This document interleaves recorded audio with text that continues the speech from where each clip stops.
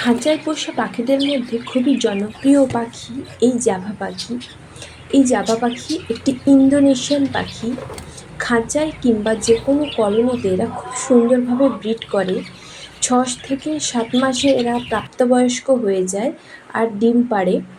ডিম থেকে বাচ্চা হতে প্রায় সময় লাগে 15 থেকে 18 দিন, আর এদের বাচ্চাগুলো খুব দ্রুতই বড় হয়ে যায়। আমার শালুক গাছের গামলায় দেখো কত ছোট ছোট মাছ হয়েছে। দুটো মাছ ছেড়েছিলাম, সেখান থেকে এখন বেশ অনেকগুলোই মাছ হয়েছে।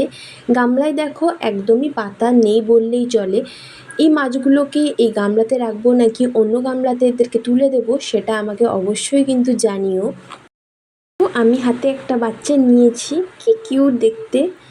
চলো বাচ্চাটাকে আবারও ছেড়ে দিই। নিজে থেকে এরকম কিছু নতুন অতিথি এলে সত্যি ভীষণ আনন্দ লাগে।